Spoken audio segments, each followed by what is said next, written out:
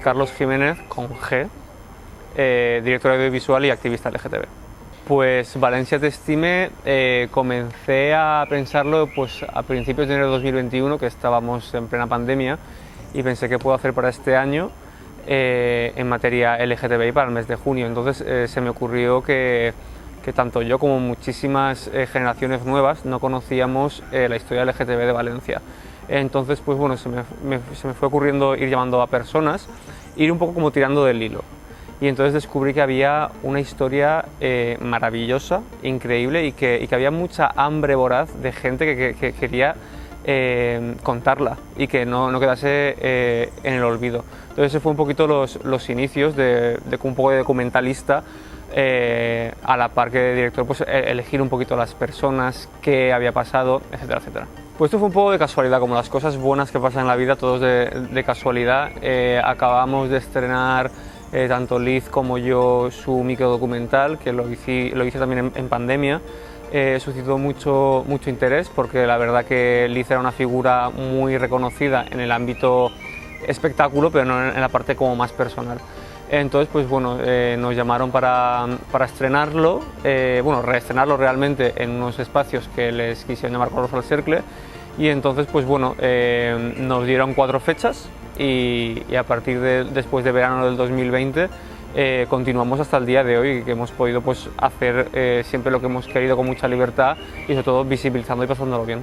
Pues el documental Valencia Te Estime lo que vamos a encontrar es la historia LGTB desde los años finales de los 70 aproximadamente, cuando comienza la transición, hasta principios de los 2000.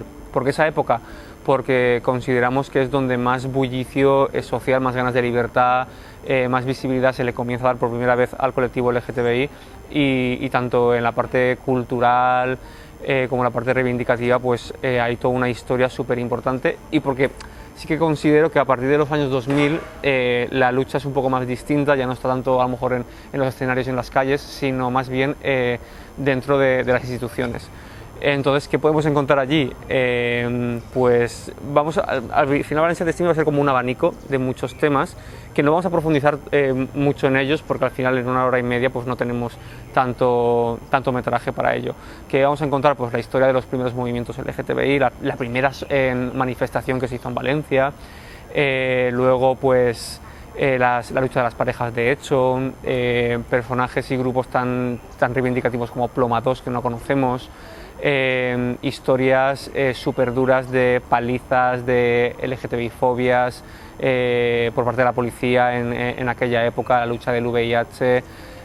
Por primera vez también se cuenta y se junta pues, a las transformistas, a las artistas que estaban encima de los escenarios, la primera librería LGTBI de la ciudad, el primer programa radiofónico de temática LGTBI y el segundo en España que hablaba y reivindicaba pues muchísima actualidad, tanto con humor y con información de lo LGTBI, y eso es a grandes rasgos lo que va a contar Valencia Te Estime, que es algo que no deja de ser una lucha universal, que es luchar por los derechos LGTBI y un poco conocer su historia, su mundo, y que cerrar heridas sobre todo para aquella gente, y luego que las nuevas generaciones conozcan quiénes se partieron la cara literalmente por nosotros, porque hoy podemos caminar más libremente, y al final pues quien no conoce su historia está tristemente condenado a repetirla, que es lo que estamos viendo ahora mismo. Pues el día 25 se va a estrenar en Cinema Jove.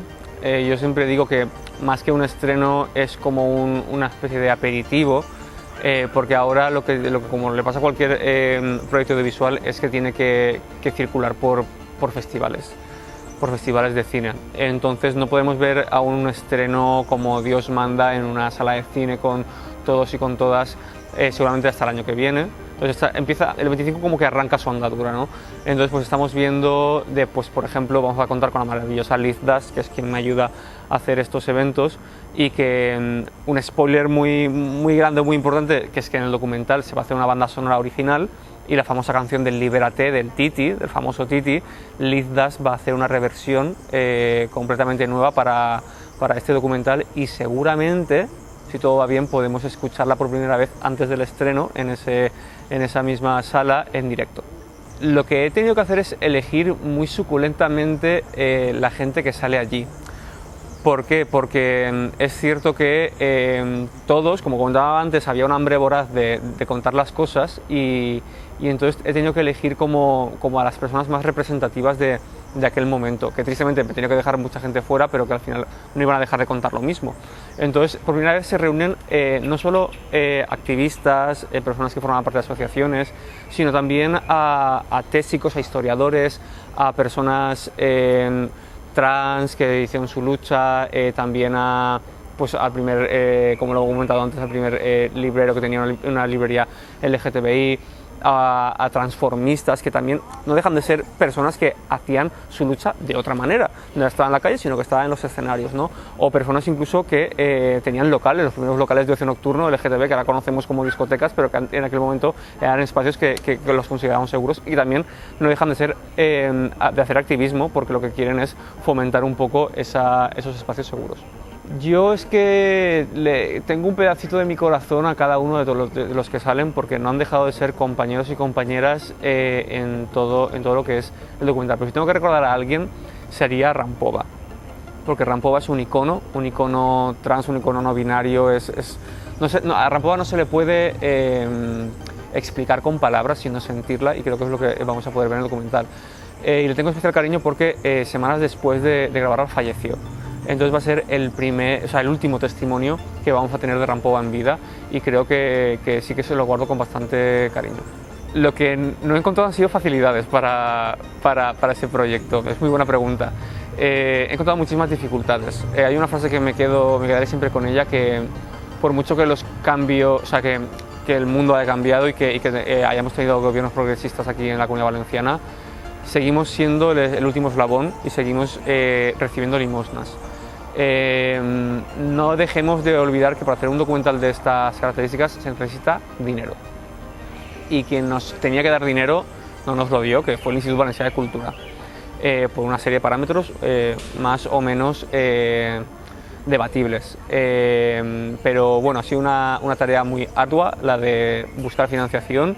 Que sí agradecer pues, a Presidencia de la Generalitat, a la Diputación de Valencia y a la Televisión Autonómica de Apunt, que nos han dado dinero, no lo suficiente, pero evidentemente un dinero que ha servido para poder pagar cosas que teníamos que pagar. Hemos tenido que trabajar gratis hasta el día de hoy. El panorama audiovisual de la Comunidad Valenciana es dantesco y al final pues este documental creo que pasará a la historia porque creo que puede llegar a ser un referente, que creo que puede llegar a mucha gente y sobre todo gente heterosexual, que es la que tenemos que todavía trabajar con ella, pero también pasará a la historia de que ha sido un documental difícil de sacar por el tema económico.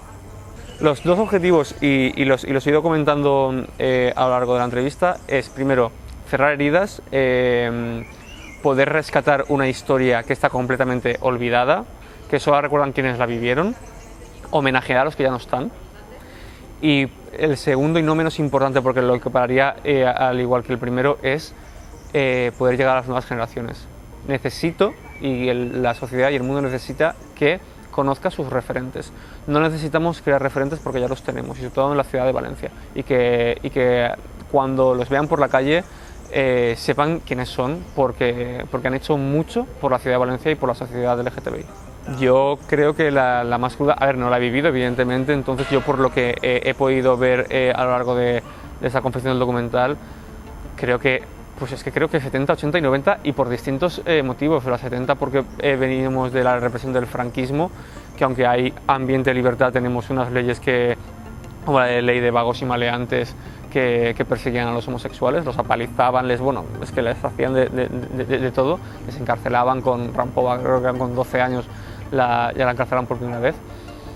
Los 80 pues más de lo mismo y los 90 por el VIH, porque al final pues ya se dejó un poquito el estigma del homosexual y cuando ya parecía que iba todo a rodar, de repente aparece el VIH y les azota por completo, porque al final no dejan de ser prejuicios en la sociedad de que el VIH estaba relacionado única y exclusivamente con el homosexual. Yo es que quedarme con un año en concreto creo que, y aunque suene muy carpe diem, creo que la época dorada siempre va a ser la que estás viviendo en ese momento, porque yo he hablado con mucha gente de la que sale en el documental y digo, ¿qué le falta a la sociedad que antes tenía? Y por ejemplo, podían tener muchas cosas malas en los años 70-80, pero se respiraba mucho ambiente de libertad, había muchas ganas de ser feliz, de ser libre sexualmente. pero sin embargo tenías toda la parte contraria, que eran esas represiones. Y a día de hoy no tenemos tantas represiones, pero sí a lo mejor ese deseo de libertad a lo mejor no tenemos tanto, pero yo considero que institucionalmente o legislativamente sí que vivimos en la época dorada un poco ahora mismo en España en estos últimos años, porque ya con la aprobación de la ley trans este año, etcétera, etcétera, creo que en cuanto a derechos legislativos sí, que se vean en la calle no tanto, pero ahí estamos.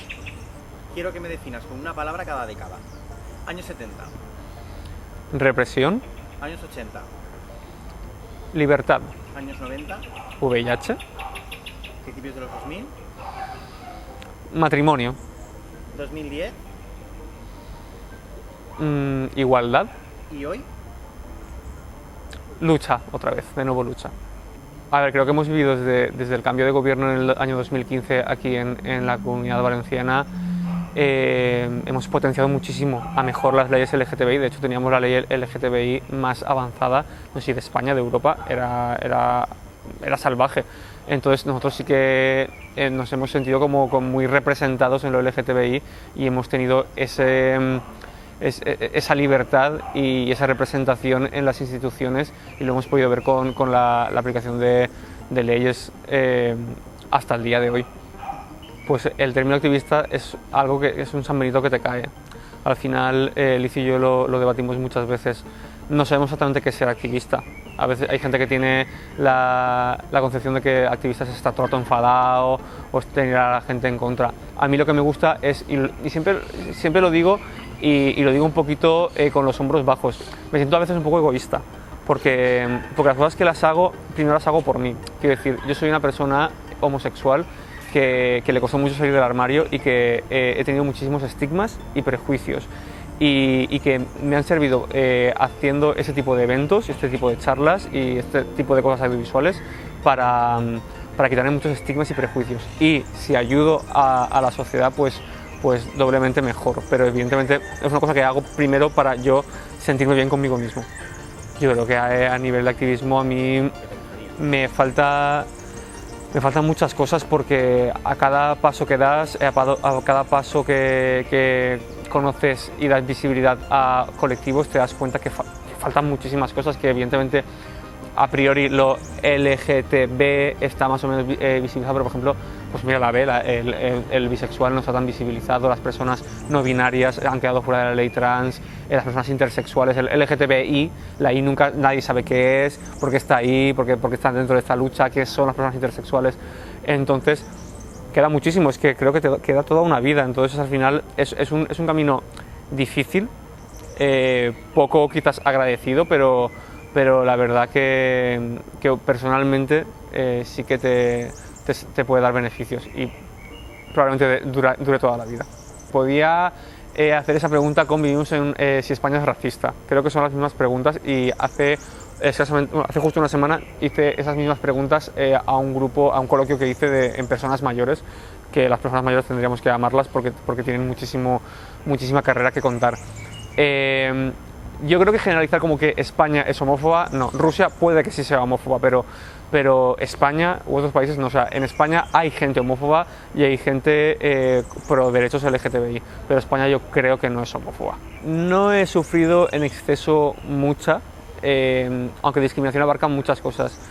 Por suerte o por desgracia, y lo hemos hablado muchas veces, esa heteronormatividad que muchas veces se busca conscientemente en eso, me ha permitido que a lo mejor yo no parezca ser homosexual, por esa de que a lo mejor uno tenga pluma, etcétera, etcétera, el no pareces tal.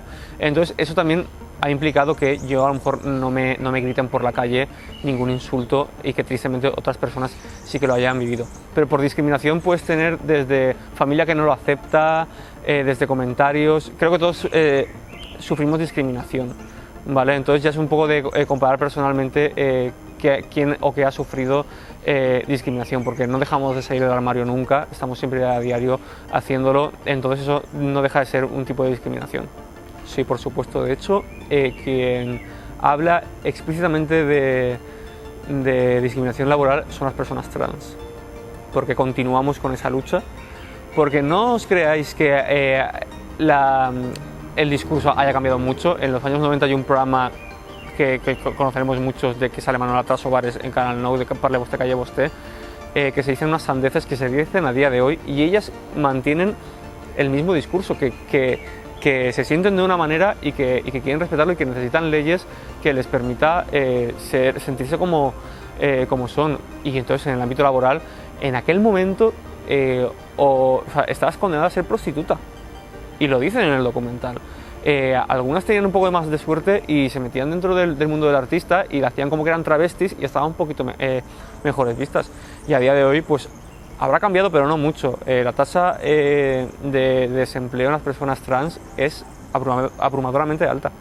Claro, o sea, la Veneno, ¿qué le pasó? La Veneno era prostituta como cualquier otra y que tuvo la suerte por su desparpajo entrar dentro del mundo televisivo y se pudo ganar la vida de esa manera, pero es que la suerte, entre comillas, porque las pasó también muy mal, no la han tenido muchas otras personas.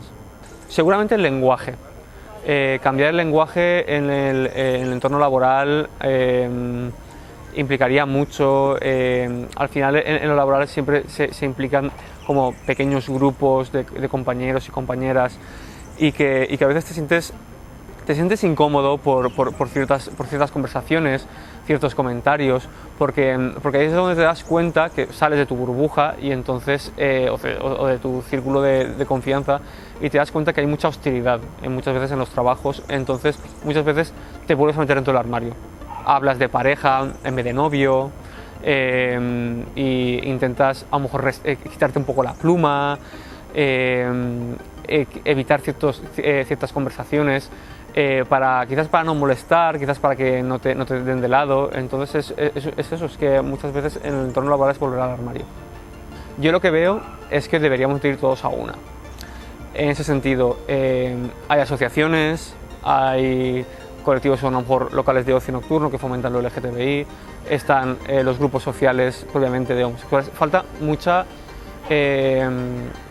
reunirnos todos. Por ejemplo, el colectivo de lesbianas. Es decir, yo hablo con lesbianas y no están nada movilizadas. Hay muy poca oferta, por ejemplo, en el ocio nocturno en cuanto a lo lésbico. Hay pocos referentes. Si se nos ha ocurrido en algún momento hacer aquí algo sobre mujeres lesbianas, no ha venido casi nunca nadie, o no se enteran, o tienen miedo, o tienen reparos. Las mujeres lesbianas normalmente están a lo mejor en su grupo de amigos hombres homosexuales y ahí está. Entonces, ese es un caso, pero creo que en general necesitamos ir todos a una, porque nos hemos relajado mucho estos años y que estamos todos como muy dispersados y falta mucha concienciación, falta mucho homosexual que está poco concienciado, que cree que todo esto ya ha venido con que ya soy homosexual, aquí todos me respetan, pero tenemos intrínseco muchas veces una homofobia que no nos corresponde y que tenemos que ser más conscientes de que necesitamos más libertad y más respeto.